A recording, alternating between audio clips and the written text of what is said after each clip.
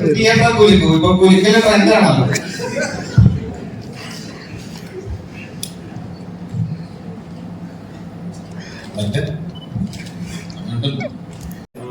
ഭീഷ്മവർദ്ധൻ first post. അപ്പൊ ഒരേ വിധത്തിലുള്ള ഒരു ശരീരഭാഷയാണ് ഒരാളോട് പിന്നെയും ഒരു ഫസ്റ്റ് പോസ്റ്ററായിട്ട് ഫോട്ടോഷൂട്ടിന് വേണ്ടി പറയുന്നത്.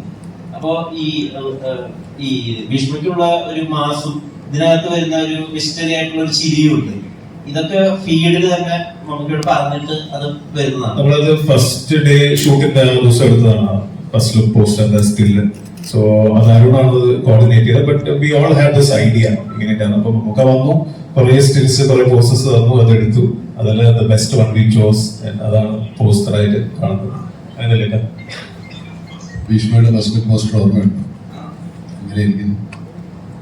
അങ്ങനെയാണ് അല്ല, ഭീഷ്മയിൽ ഇങ്ങനെയാണ്. അപ്പൊ സെയിം ബോഡി ലാംഗ്വേജ്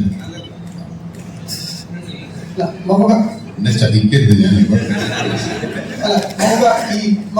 ഇൻഫ്ലുവൻസുകൾ കൊടുക്കുന്നു പറഞ്ഞിട്ടുണ്ട്, കേട്ടിട്ടുണ്ട്. അതില്ലല്ലോ, ഞാൻ കണ്ടിട്ടില്ല. കാലം അല്ല, ഇപ്പൊ വെറുതെ കേട്ടതും കണ്ടതും അല്ലെങ്കിൽ വായിച്ചതൊന്നും പറ്റൂല്ലോ. എന്ത് കാലം നമ്മൾ കാണുന്ന നമ്മുടെ ജീവിതത്തിലിരിക്കുന്ന കാലത്ത് മാത്രമേ ഉള്ളൂ. നമ്മൾ എത്രയോ കാലം മുമ്പ് നടക്കുന്ന കഥയാണ്.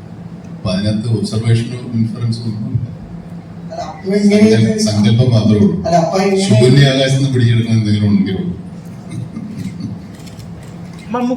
മമ്മൂക്ക ചെയ്യുന്ന സിനിമകളിലൊക്കെ മമ്മൂക്ക എഫേർട്ടുകൾ ആ ക്യാരക്ടറിന് വേണ്ടി എടുക്കാറുണ്ട്. ഇതിലെടുത്ത എഫേർട്ട് ഈ ഒരു വയസ്സായ കഥാപാത്രത്തിന് വേണ്ടിയുള്ള എഫേർട്ടായിരുന്നു. ആ മേക്കപ്പിനൊക്കെ വേണ്ടി ബുദ്ധിമുട്ടിയായിരുന്നു ഒരുപാട്. വയസ്സാവാൻ